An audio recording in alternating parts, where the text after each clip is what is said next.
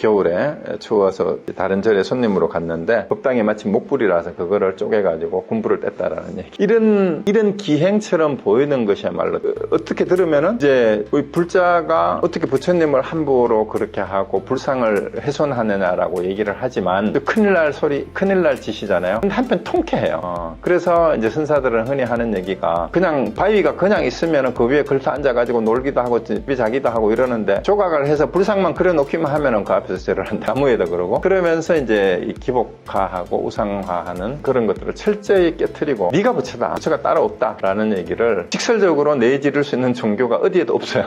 그래서 선종이 위대한 그게 있다라는 거죠.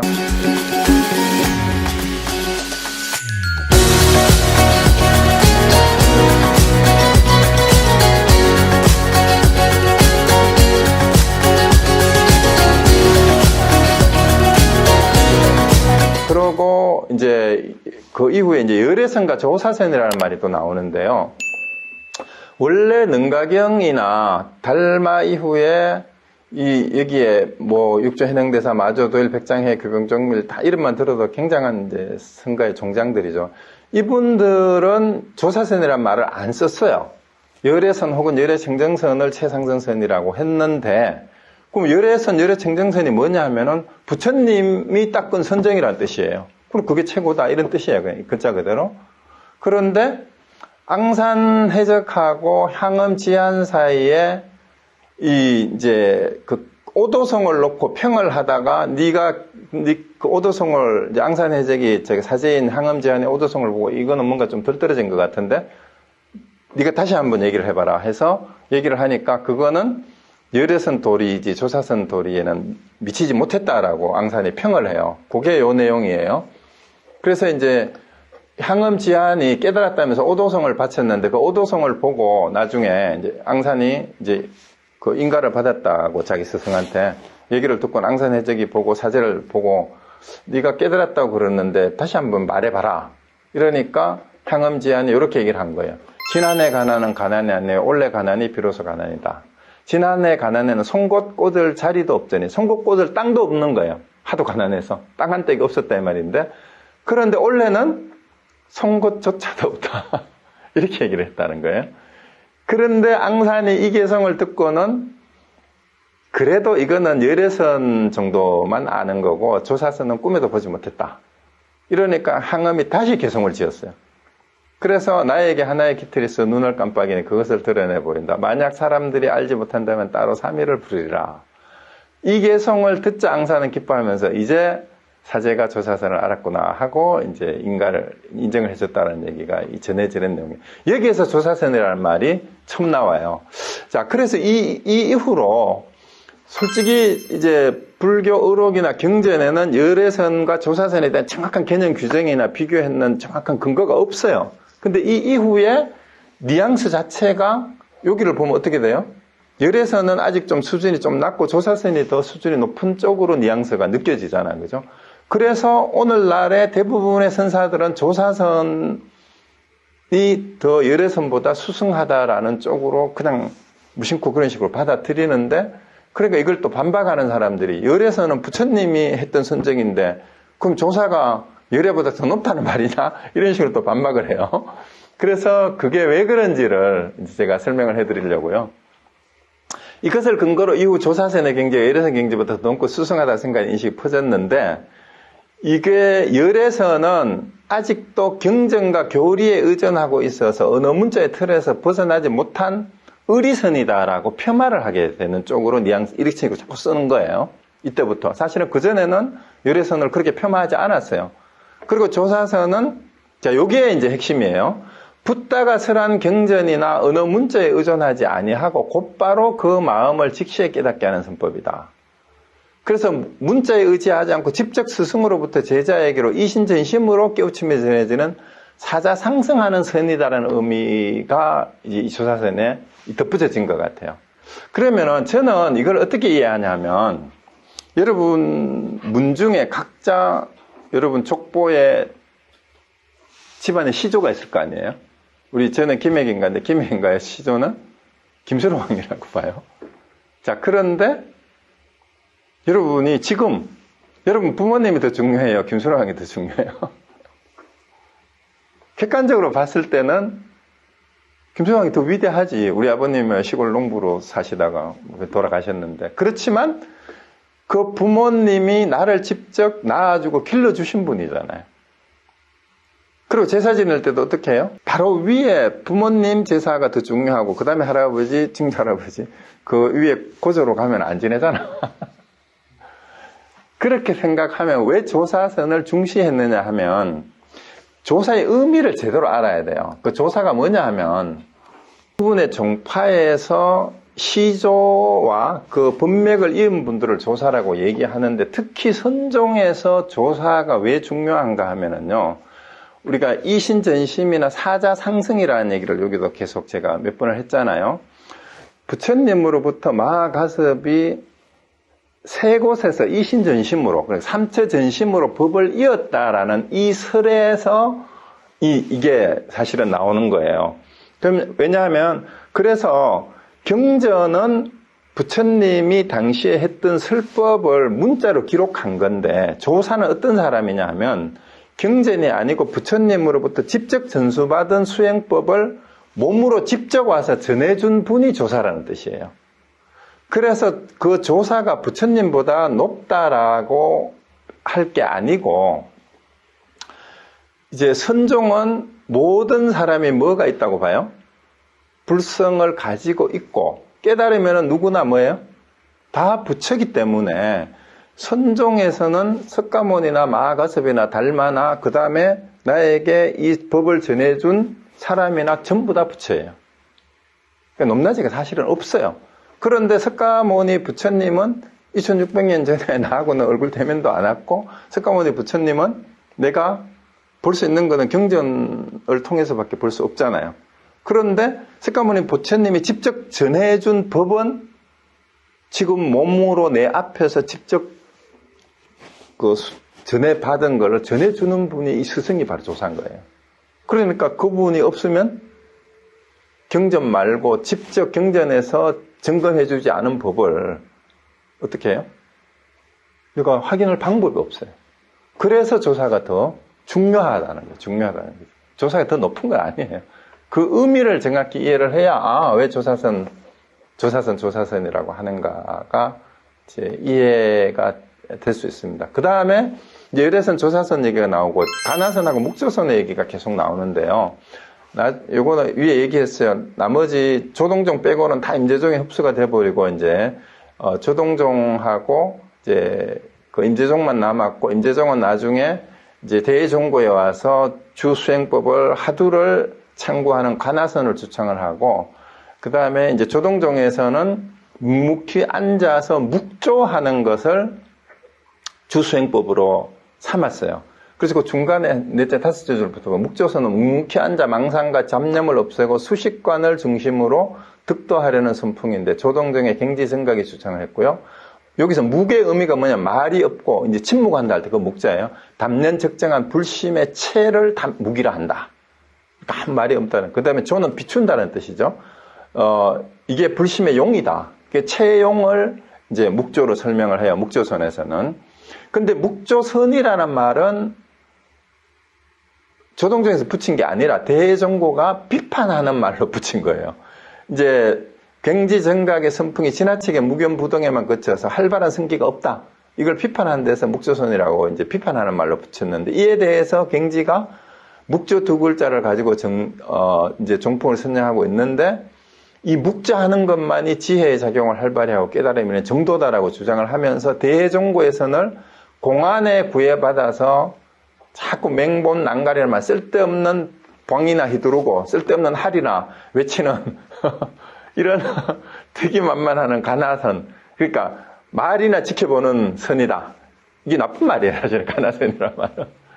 그러니까 이렇게 하는 게 가나선이다라고 반격을 하면서 이제부터 양쪽에서 서로 비판하는 말이 묵조선이다, 가나선이라는 말로 이렇게 붙은 거예요.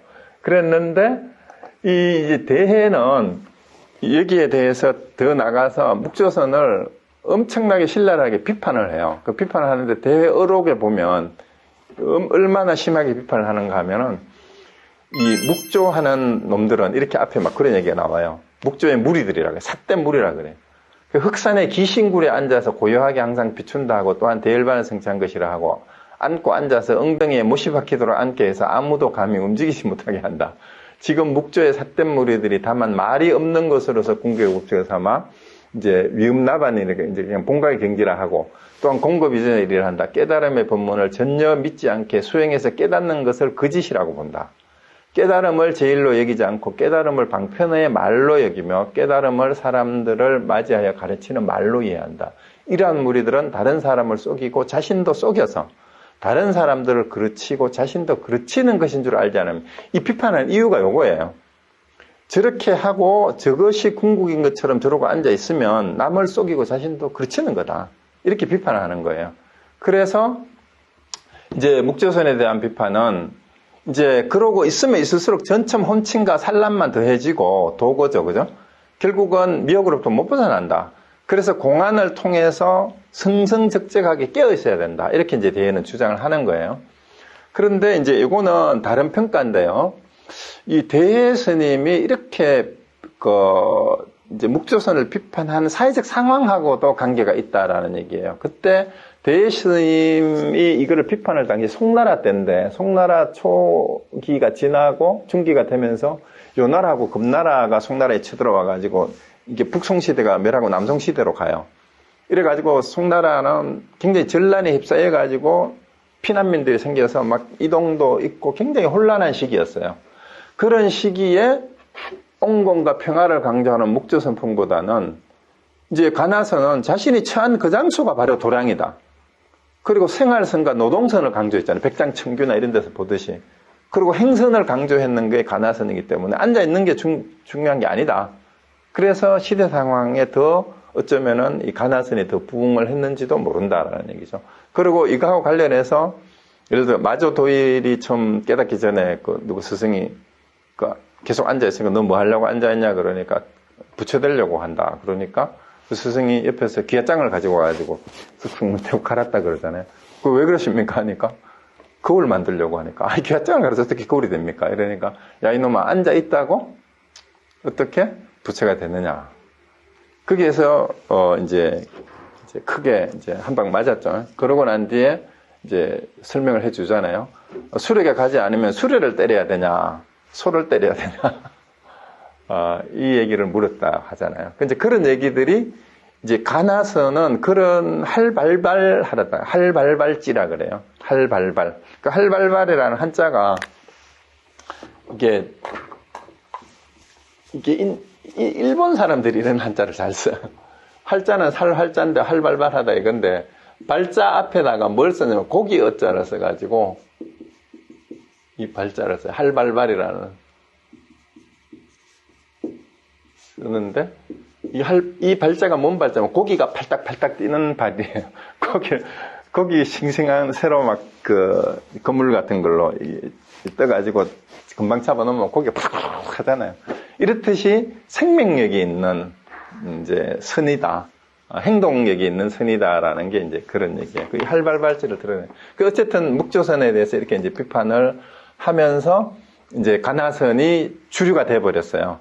그리고 이제 한국으로 온 선종의 내용도 이제 신라 때, 이제 선덕왕 때에 도의 국사가 마조도일의 제자였던 서당지장 스님한테 가서 법을 받아와요. 그래서 처음 가지산문을 개조를 해서 우리 한국 선종의 처음 이제 개종이 이루어지는데, 이제 선종구산 그래가지고 고려초에 신라 말에서 이제 고려 초기에 선정됐던 이제 선종구산 쭉 있죠. 가지산문, 동료산문 해가지고 이거는 뭐 역사 시간에 교과서에도 나오는 거니까 이런 게 있었고요. 그 다음에 이제 고려 시대 때 와가지고 이제 보조국사 진울 스님이 이제 조계산에서 수선사를 세우고 정예기사를 하고, 이 보조 스님은 스승 없이 이통현 장자의 하엄경 신론하고 그 다음에 누구죠? 화택신행가?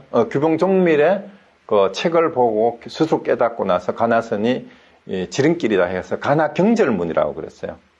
지름길이라고 이렇게 주장을 하고, 이게 보조 스님은 수신결하고 진심직설뿐만이 아니라 가나결의론이라는 책도 있습니다. 거기에서 가나선을 선양을 했죠.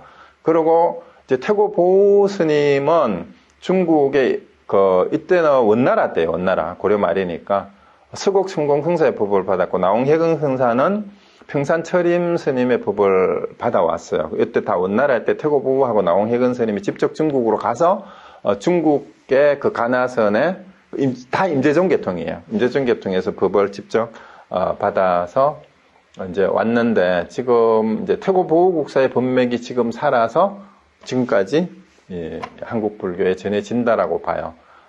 그리고 이제 고려 후기로 오면은 이제 대각국사 의처는 천태종 스님이에요. 그래서 천태종이 확장이 되면서 가나선이 선종이 이제 굉장히 약화됐다가 보조 스님이 이제 국사가 되면서 구산 선문을 통합을 해버렸어요. 그렇게 해서 조계종이 이제 이때 시작된 거예요. 조계종 이름이 이때 처음 시작이 됩니다. 그래서 보조국사가 이제 조계종의 중천조라고 얘기를 하는 이유가 바로 이 때문이에요. 조계종을 그때 처음으로 이제 써서 선종을 중흥시키면서 이제 조계라는 말을 아다시피 해능 스님이 살던 산이 조계산이에요. 그래서 조계해능이라 그랬죠. 그래서 이제 나왔고요.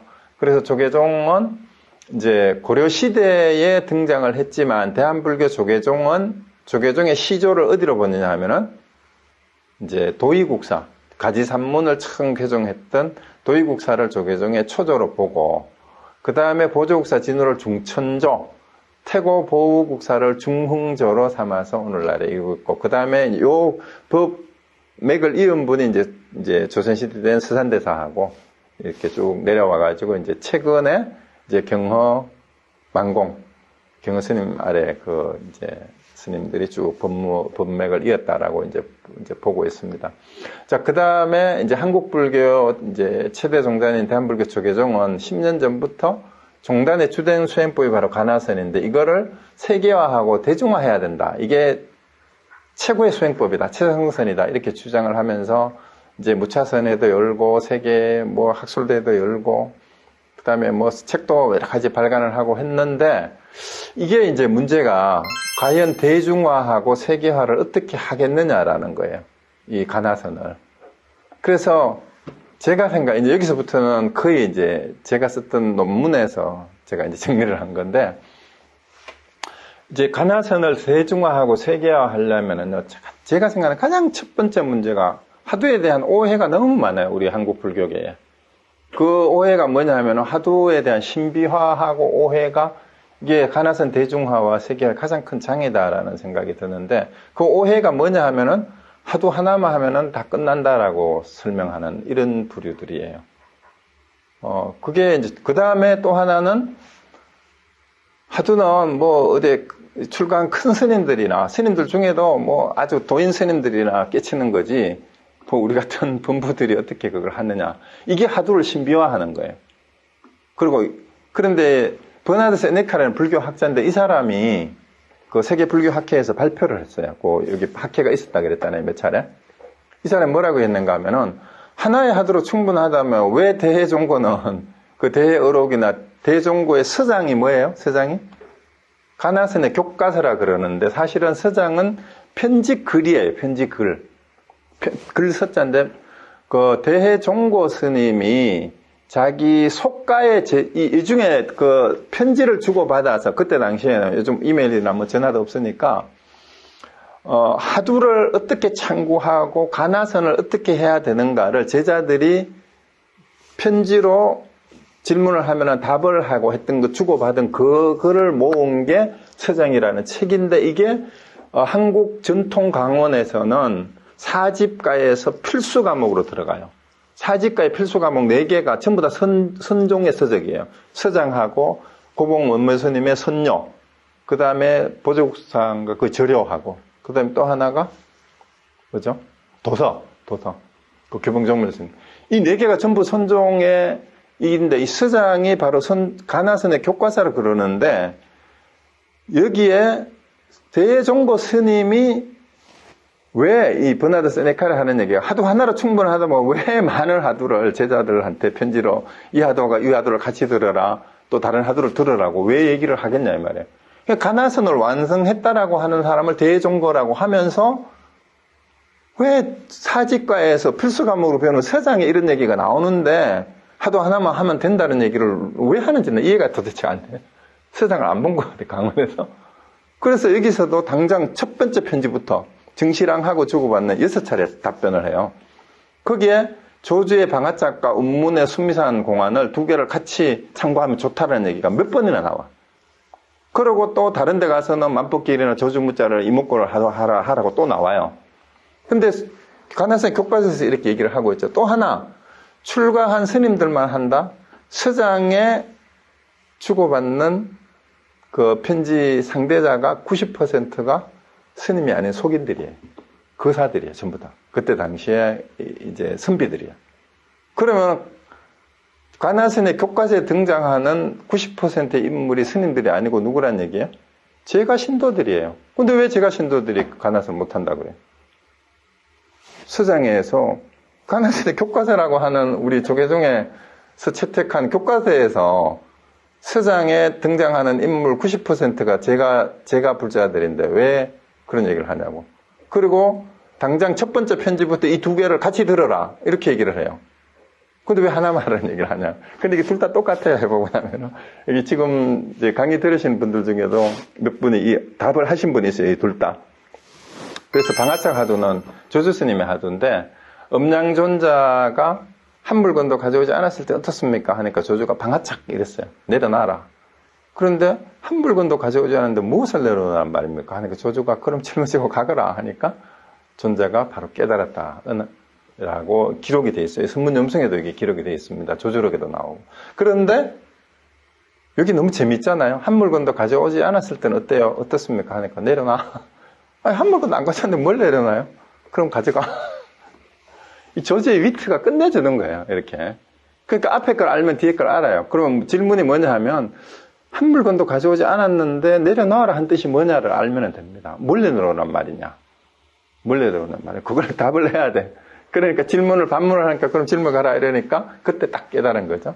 근데 수미산 공안은 뭐냐면 이제 운문 스님한테 하긴 한 생각도 일으키지 않으면 어떻습니까? 허물이 있습니까? 없습니까? 이렇게 물은 거예요. 그러니까 허물이 수미산만큼 크다고 얘기한 거예요. 수미산 같다. 이것도 이제 요 2개를 알면 같이 참고하면 좋다라는 얘기가 서장에 분명히 몇 차례 나와요. 근데 어쨌든 하두가 뭐냐 하면 하두는 이제 옛날에는 공안이라고는 말을 더 많이 썼어요. 그리고 고칙이라고도 하는데 공안은 공부안독이란 말은 공부라는 말은 강공서라는 뜻이에요. 강공서. 강공서의 문건, 안건 이런 뜻이에요. 강공서 문서라는 뜻이고요. 고칙은 옛 조사들의 법칙, 표준 이런 뜻이고 그래서 이제 공안이라는 말은 공문서가 공식 효력을 가지듯이 참선 수행자들에게 이 공안이 수행의 지침이 된다는 이런 뜻에서 공안이라는 말을 썼어요. 그래서 이제 공안이 선종해서 깨달은 이들의 이제 그 에피소드죠, 기연. 그 다음에 응구가 공부인의 지침이 되고 좌표가 되므로 이제 불조의 깨달음을 이제 알려주는 그런 이제 하두를 공안이라고 한다. 그럼 1700공안이니 뭐 3000공안이니 이거는 무슨 말이냐 하면 경덕 전등록에 석가모니 부처님부터 역대 조사들의 에피소드들이 쭉 나와요. 일화가. 근데 한 스님한테서 에피소드가 여러 가지가 나올 수도 있죠. 이제 부처님이 탄생기부터 시작해가지고 삼처전신도 나오고 뭐 다 나와요. 그래서 여기에 나오는 수행자들의 그 이름이 1700여 명이 넘어서 그 에피소드들 하나하나를 다 이제 공안이라고 보는 거예요. 근데 실제로는 그 이름만 나오고 에피소드는 안 나오는 스님들도 있습니다. 그 조사들도. 어쨌든 그래서 1700여 개의 공안이 있다 그러는데 그럼 3000공안은 뭐냐? 요때까지는 그렇지만 그 뒤에 다른 스님들도 법맥을 이은 분들이 많잖아요.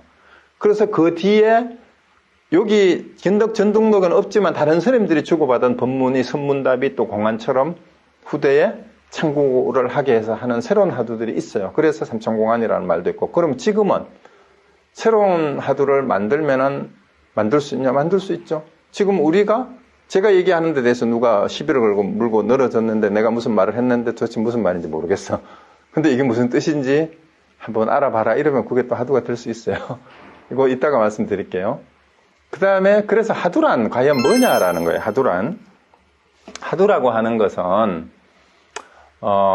제가 생각하기에는 가장 근원적인 질문이에요. 질문. 우리가 일반적으로 신문이나 이런 데에서도 이게 무슨 주제가 이것이 곧 화두다 이런 말을 쓰잖아요. 그죠? 지금 시급히 해결해야 될 가장 중요한 핵심적인 문제 이런 뜻이에요. 그게 화두다라는 말로 이렇게 쓰는데, 이제 그 허운 스님은 이 중국의 대만에서 살았던 스님인데 120세에 돌아가셨어요. 돌아간 지 얼마 안 됐어요. 몇십 년. 근데 이분이 조주 스님의 환생이라는 설이 있었어요. 살아계실 때. 굉장히 뛰어난 스님이었어요. 중국 스님인데 이분이 쓴 참선요지라는 책이 한국말로도 번역이 되어 있습니다. 아주 차기 좋아요. 꼭 한번 보세요. 그렇게 두껍지도 않고 얄팍한데 이분은 화두를 이렇게 설명했어요. 말 하자잖아요. 화가. 말은 마음에서 일어나므로 마음이 말의 머리다. 진짜 멋있어요. 화두 했는데 말머리잖아요. 말머리. 말이 어디서 나와요? 우리 생각에서 나오잖아. 마음에서. 그러니까 화두는 뭐냐 하면 말의 머리는 마음이 말의 머리래요. 그래서 화두란 곧 한 생각이 일어나기 이전이며 한 생각이 일어났다 하면 이미 화미를 이룬다. 말의 꼴이란 뜻이에요. 한 생각 일어나면. 그러니까 한 생각 일어나기 이전이 화두다. 이렇게 얘기를 했어요. 그래서 이제 그 밑에 건 제가 풀이한 거예요. 말머리, 말의 처음이란 뜻이다. 말이 나오는 자리가 되는 거예요. 그러면 생각이 나오는 자리. 그러면 가나서는 말이 나오는 자리, 생각이 나오는 자리, 한 생각 일어나기 이전의 자리인 마음을 간파하는, 즉 간파하는으로 봐야 돼요. 그게 알아내는 선수행법이다. 이렇게 이제 규정을 할 수 있다는 거죠. 그리고 이제 근원적 질문이라는 말은 뭐냐 하면은요, 사실은 그러면은 우리 불교 최초의 화두가 뭐냐 이런 말 들어보셨어요 혹시? 제가 생각하는 불교의 역사적인 최초의 화두는 부처님이 출가하기 전에 품었던 의문, 인간은 왜 생사윤회의 고통을 받는가, 생사윤회에서 벗어나지 못하는가, 그게 화두예요. 그 질문 때문에 부처님이 출가를 했고 그걸 깨닫고 나서 전한 게 부처님 법문이에요. 그래서 화두를 참고한다는 것은 우리가 말하고 생각할 수 있는 모든 것의 근원적인 의미가 도대체 뭘까? 이게 뭘까? 그거를 질문하는 의문이, 문제 제기가 바로 화두다. 그래서 근원적 질문이다. 그리고 또 궁극적 질문이라는 말은 이 세상에서 정말 구경이 뭐냐 이 말하는 거예요. 최고의 중요한 게 뭐냐 이 말이에요. 그래서 유명한 공안으로 알려진 대부분의 그 공안은 인간 삶에서 가장 근원적이고 궁극적인 의문하고 관련이 있어요. 내가 누구냐, 생사가 뭐냐, 깨달음이란 뭐냐, 진리란 뭐냐. 이게 궁극적 질문이죠. 그러니까 이제 방금 말씀드린 그 얘기예요. 화두가 우리가 살아가면서 해결해야 되는 가장 궁극적이고 근원적인 문제. 그게 바로 생사의 문제죠. 이게 시타르타가 출발하게 된 의문이고 불교의 출발이 된 거다 이 말이에요. 근원적 의미에서 화두는 중국 선종에서 처음 제기한 것이 아니라, 말은 중국에서 처음 나왔지만 부처님 출가 동기가 된 생사윤회에 대한 의문이 바로 불교 최초의 화두라 할 수 있다 그 말입니다. 그래서 나아가 인류 최초의 화두는 뭐예요? 인간이 스스로 자의식, 인간을 인간으로 내가 내 자신을 돌아보기 시작하면서, 그리고 인간을 동물하고 비교할 때 뭐 이성적 존재다라고 했을 때 그 말이 뭔 말이에요? 스스로가 자기를 성찰할 수 있다는 얘기잖아요. 그게 자의식이에요. 이게 생기면서 스스로에게 묻게 되는 자신과 세계에 대한 가장 원초적이고 근원적인 질문, 그게 화두예요. 그래서 이런 화두를 현성공안, 그대로 드러나는 공안이다 이 말이죠. 지금 자생화두. 그래서 자생화두가 진화두다, 진짜 화두다 이런 말을 하잖아요. 자생화두가 진짜 화두다. 누가 주는 화두가 진짜 화두가 아니라. 그래서 이런 의미에서 화두가 없으면은 공부가 안 돼요. 화두가 없는 사람은 가나선을 하든 비파사나를 하든 연불선을 하든 그걸 왜 하는데? 비파사나를 왜 하는데? 연불을 왜 하는데? 기도를 왜 하는데? 불교 경전을 왜 보는데? 그 왜 보느냐에 대한 목표가 바로 화두예요. 왜 보느냐. 그게 자생화두가 진화두라는 거죠. 그래서 그게 없으면 공부인이 아니다. 그래서 화두가 없으면 그런 의미에서. 그리고 또 화두는 완전한 의사소통을 탐구하는 질문이에요. 예를 들어서 이제 이게 제일 질문을 많이 하는 분들이 도대체 가나선을 하는 사람들은 이 똥단지 같은 선문답이 도대체 이게 이게 소통이 안 된다는 거예요. 그래서 아무리 선문답이 앞뒤가 많지 않아 보여서 동문서답 같더라도 선문답도 문답이잖아요. 문답이라는 선문답도 문답인 이상 질문하고 답이 있으면 문처가 분명하면 답처가 분명하다 그랬어요. 문답이에요, 문답도. 그럼 문답이라는 얘기는 의사소통이 되는 게 문답이잖아. 그런데 왜 이렇게 이 선문답 그러면은 요즘 그 세상 사람들이 좀 비아냥거린 뜻으로 동문서답하고 있는 거를 선문답 하네 이렇게 쓰잖아, 그죠? 완전히 앞뒤가 안 맞는 말을 하는 것 같으니까. 그런데 잘 이제 이걸 조금 더 생각해 보면 선문답에서 그 뜻을 알고 나면 정말 통쾌할이 많지 어떤 대화보다도 의도가 분명하게 군더더기 없이 드러나는 게 선문답이에요. 선문답의 언어는 우리 인간의 언어가 가지는 그런적 한계를 극복하고자 하는 격의 언어다. 자, 여기서부터 서양의 분석 철학이나 언어 철학에서도 인간 언어가 가지고 있는 한계를 절실히 인식을 하고 이거 얘기를 계속 하고 있어요.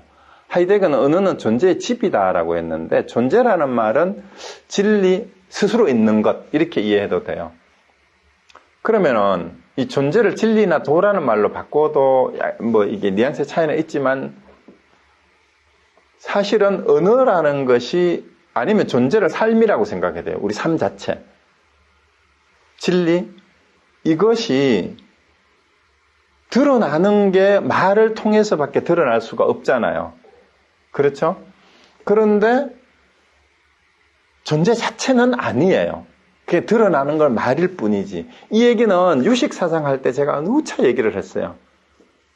왜 그 유식 무경이라 했냐 하면은 우리 카메라 얘기를 계속 했잖아요. 우리가 생각하고 말할 수 있는 거는 대상에 대해서 우리가 인식을 해서 설명을 하지만 대상 자체는 아니잖아요. 똑같은 대상을 보고 표현을 다 다르게 할 수 있잖아요. 그렇기 때문에 언어는 기본적으로 한계를 가지고 있는 거예요. 그래서 이거를 비트겐슈타인은 나의 언어의 한계가 나의 세계의 한계라 그랬어요. 내가 표현할 수 있는 한계가 내가 알고 있는 세상의 한계인 거예요. 그런데 언어는 어디서 나와요? 마음에서 나오잖아요. 생각에서. 그러니까 사고나 생각의 한계가 나의 세계의 한계예요. 그게 세계관이잖아요. 내가 보는 세상은 내 생각의 세상이에요. 내가 보는 세상은. 세상이 실제로 어떻게 있는지 우리는 몰라요. 자기 관점에서 세상을 볼 뿐이에요. 그런데 세상을 보고 자기가 판단하는 걸 뭘 가지고 해요? 생각을 뭘로 합니까? 소리를 안 내지만 생각은 말로 하잖아요. 언어로 하잖아요. 언어로. 그러니까 그 언어의 한계가 기본적으로 인간들한테는 있어요. 그래서 가나서는 인간들이 말로 하는 거에는 기본적인 한계가 있다. 그런데 말을 할 때 그 말만 따라가면은 진의를 하기는 하지 못하니까 말의 진의가 어디에 있는지를 살피는 거. 그게 간화예요. 말의 뜻이 진짜 저 사람이 말을 저렇게 하는데 진짜 그 말의 뜻이 이건 살필 간자잖아요. 간판할 때. 그 말을 간파를 해야 되는데 저 사람이 나를 보고 사랑해라고 얘기를 했어. 이게 그 사랑한다는 뜻이 나를 사기치려고 하는 건지 나를 꼬시려고 하는 건지 진짜 사랑했는지 간파해야 되잖아. 그리고 얘 바보야 했을 때 두 사람이 연인 사이에 아니면 손자가 귀여우면 에이 바보하고 그러잖아. 그러면 애는 할아버지가 바보하니까 손자 있어요.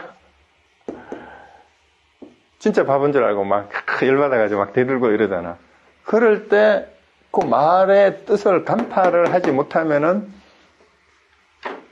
사기를 당할 수도 있고 울 수도 있고 화가 나기도 하고 그렇단 말이에요. 그래서 말을 간파를 해야 되는 거예요. 그래서 우리가 일상생활에서도 너무 그런 게 많아요. 그래서 가나서는 말의 진위를 간파하는 건데 경전의 말씀뿐만이 아니라 일상생활에서 소통되는 모든 말, 제스처하고 표정까지 포함해요. 이거를 살피는 것이고 그걸 알아냄으로써 완전한 의사소통에 도달하고자 하는 것이 바로 가나선의 목표다라고 했었어요. 그래서 가나선에서 인가를 중시하는 이유가 이거예요. 인가는 다른 게 아니고 두 사람 사이에 말을 했는데 네가 했는 말이 이 뜻이냐 이걸 확인하는 게 인가예요. 그리고 사자전승이란 말은 부처님으로부터 전해져 온 이런 말들이 있는데, 경전에도 이런 말들이 있는데, 이게 진짜 그런 말이 맞습니까? 기록을 보면은 오해할 수도 있잖아, 문자가. 또 완전히 설명이 덜 됐을 수도 있잖아.